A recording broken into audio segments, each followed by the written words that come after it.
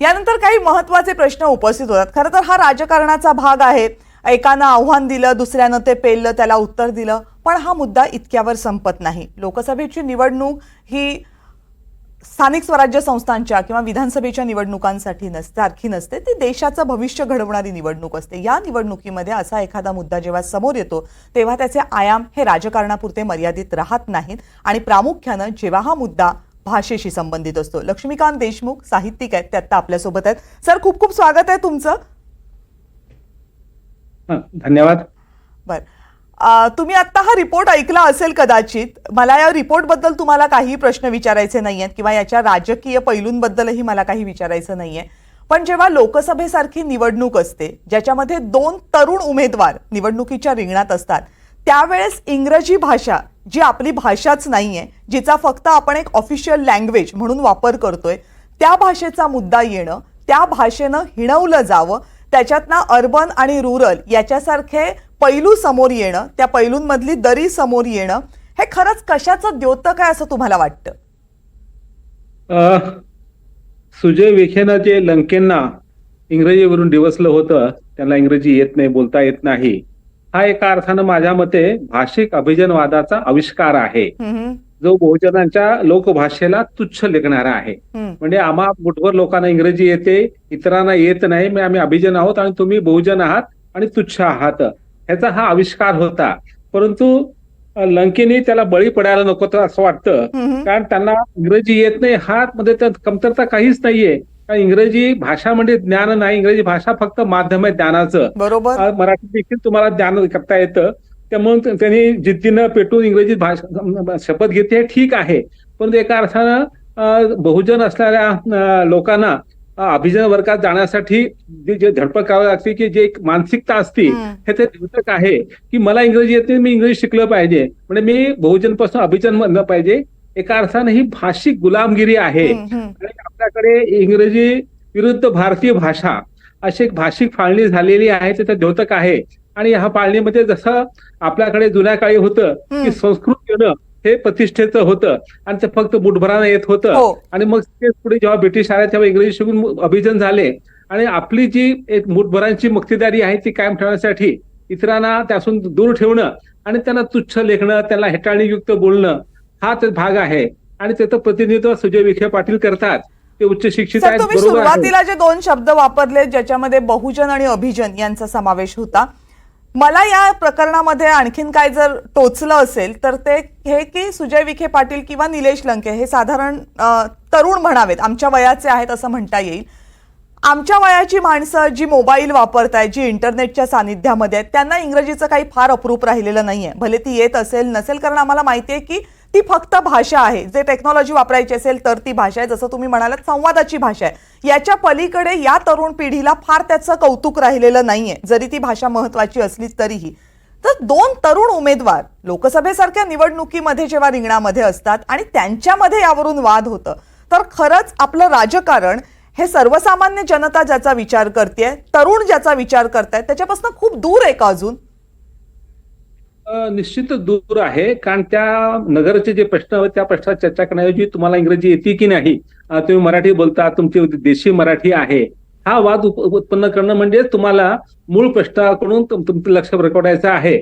आणि ज्या पक्षाचे सुजय विखे पाटील प्रतिनिधी करतात त्या पक्षाचं जे धोरण असं आहे की मुख्य प्रश्न जे आहेत बेरोजगारीचे म्हणा, विषमतेचे म्हणा किंवा महागाईचे म्हणा, त्यापेक्षा दुसरे प्रश्न करायचे आणि त्यात इतरांना गुंतवून ठेवायचं.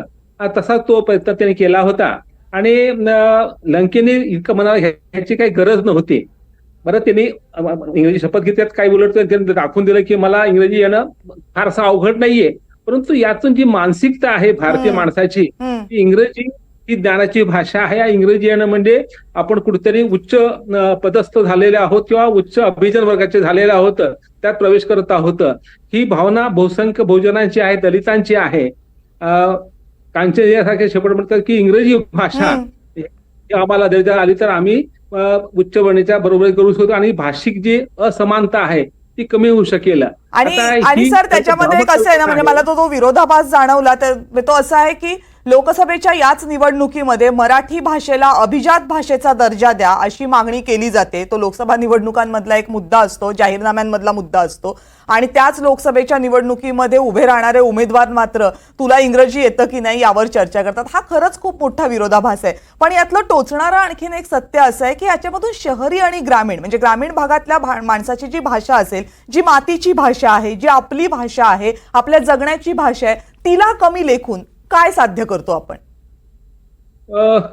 हेच तर हा तो खरा पॅराडॉक्स आहे की इंग्रजी ज्ञानाची भाषा आहे, जागतिक भाषा असं मानतो तर ती भ्रामक आहे. परंतु ती आज पालकांच्या मनामध्ये, भारतीय मनामध्ये पसरली गेलेली आहे. आज भारतात जवळपास 25 ते 30% लोक इंग्रजी माध्यमात शिकत आहेत पूर्ण भारतामध्ये, आणि महाराष्ट्र प्रमाण जवळ 35% गेलेलं आहे इंग्रजी माध्यमाचं. आणि त्यामुळे एकदा तुम्ही इंग्रजीच्या मागे लागलं की तुम्हाला तुमची भाषा ही कमी वाटू लागते. म्हणून मी अन्य मागणी केली होती, महाराष्ट्राची जी आजची लढाई आहे ती श्रीमंत इंग्रजी विरुद्ध गरीब मराठीची आहे. म्हणजे एका अर्थानं जशी आर्थिक विषमता आपल्याला निंदनीय वाटते, त्याज्य वाटते, तसंच ही भाषिक विषमता जी आहे की ज्या पालकांना परवडतं ते आपल्या मुलांना महागड्या इंग्रजी शाळेत शिकवतात, आणि जे गरीब माणसं आहेत, पालक आहेत, म्युन्सिपल टाकतात, जिल्हा परिषद टाकतात आणि ते मराठी शिकतात.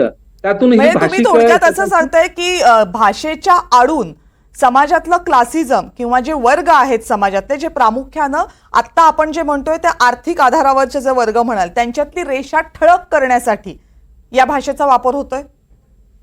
अगदी नक्की होतोय. कारण शेवटी कुठल्याही काळामध्ये जे मुठभर अभियान असतात त्यांना आपली सत्ता सोडायची नसते, मग ती आर्थिक सत्ता असेल किंवा भाषिक सत्ता असेल. आणि सुजय विखे पाटलांचं जे उद्गार आहेत किंवा जे हेटाळणी आहे इंग्रजीवरून केलेली लंकेची, ही त्या वर्गाचं प्रतिनिधित्व करणारी आहे. आणि त्या वर्गामध्ये जाण्याची सर्वांचीच एक मानसिकता असते, तशी ती लंकेची पण दिसून आलेली आहे. त्यांनी ते फार मना लावून घेतलं आणि इंग्रजी शपथ घ्यायचा प्रयत्न केला. त्यात मी वाईट म्हणणार नाही, परंतु त्यातून जे दिसतं की बहुजन समाजाला देखील इंग्रजीकडे आपण बघायचा प्रयत्न केला पाहिजे. याचं एकच कारण आहे की आज इंग्रजी एका अर्थानं नक्कीच ज्ञानभाषा आहे, तेवढी मराठीहून ज्ञानभाषा झाली नाही. जोपर्यंत भारतीय भाषा ज्ञानभाषा होणार नाही तर ही जी भाषिक दरी आहे आणि अभिजन मराठी विरुद्ध बहुजन भारतीय भाषा, हा वाद संपणार नाही. हा वाद संपणार नाही. खरं तर जसं तुम्ही म्हणालात की जागतिक ज्ञान भाषा म्हणून इंग्रजीनं आपलं नाव कमावलेलं आहे, ते नाकारण्याचं काही कारण नाहीये. जगाच्या पटलावर ही भाषा सगळ्यात प्रमुख आहे का? तर आहे. पण याचा अर्थ ती भाषा येण्यासाठी आपण आपल्या भाषांचा बळी द्यावा का? हा सगळ्यात महत्त्वाचा प्रश्न आहे, ज्याचं उत्तर आपल्याला कायम नाही असंच द्यावं लागेल.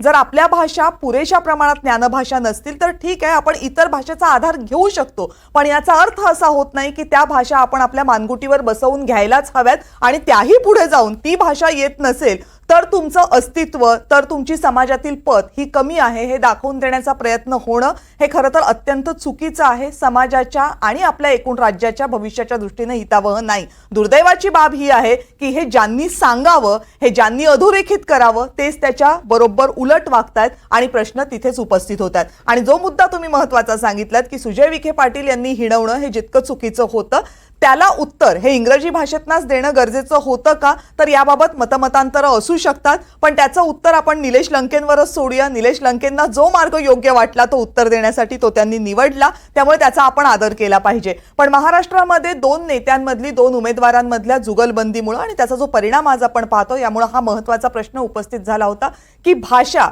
ही आपण परकीय भाषा असेल तर ती आपल्या मानगुटीवर किती बसवून घ्यावी, आणि त्याच्या पायी आपण आपल्या भाषेचा बळी द्यावा का, आणि समाजामधला वर्ग दाखवण्यासाठी या भाषेचा वापर व्हावा का, या प्रश्नांची उत्तरं शोधण्याचा हा प्रयत्न होता. सर, या चर्चेमध्ये तुम्ही सहभागी झालात आणि या महत्त्वाच्या मुद्द्यांना हात घालत त्याची सविस्तरपणे उत्तरं दिलीत, त्याबद्दल खूप खूप धन्यवाद.